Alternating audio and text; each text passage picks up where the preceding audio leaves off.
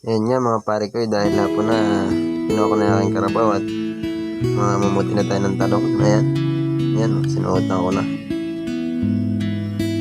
Lakad na rin ako. Ayan, punta dyan sa akong talongan yan, sumakay na ako. Medyo malayo-layo din. Ayan, putik. Grabe. Ayan, nandito na ako.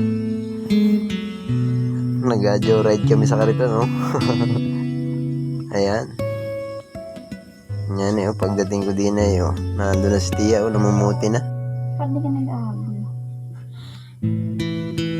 At bumaba na ako dito. Dito na nga ako mag-aumpisa sa taas. Doon siya sa baba. Ayan.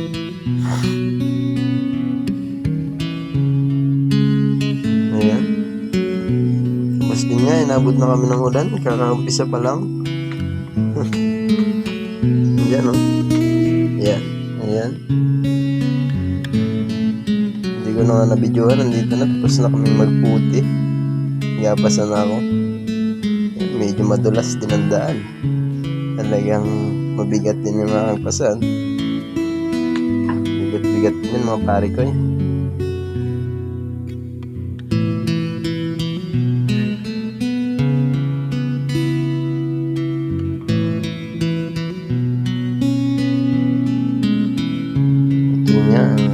Diniretso ko na rin sa kariton at para hindi na pabalik-balik. Ayan. Ayan. Talagang medyo pagod ng pare nyo. Tamo, madudulas-dulas pa.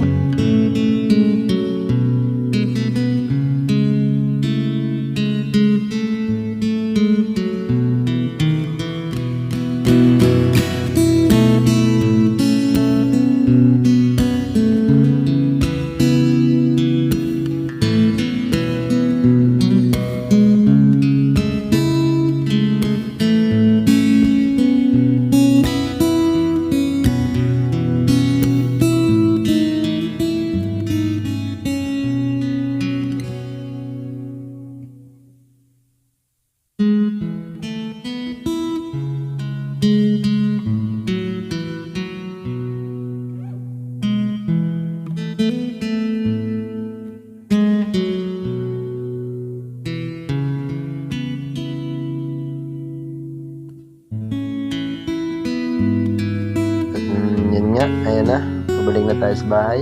Dahil tapos na tayo magkarga. Ayan na.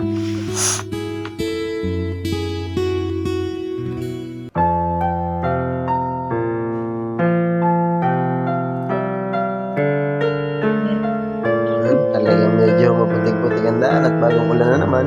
Kaya naman aray. Talagang at nisa-isa ko nang ibaba at mabigat-bigat din talaga. Basa na tayo mga loads, mga pare ko. Ayan.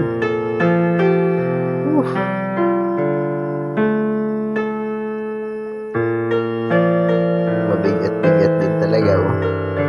Nadudulas-dulas pa. Then yan, napili na nila yung mga good at yung nahiwalay na nila yung mga may butas, may sira. Ayan. Yan, ganyan ang buhay namin dito sa probinsya. Talagang sipag at tiyaga na kailangan natin para hindi tayo magutom, para hindi magutom mga ating pamilya. Yan. Thank you po sa aking try na vlog. Baka sakaling may papasko ay ho Merry Christmas sa inyong lahat. Thank you.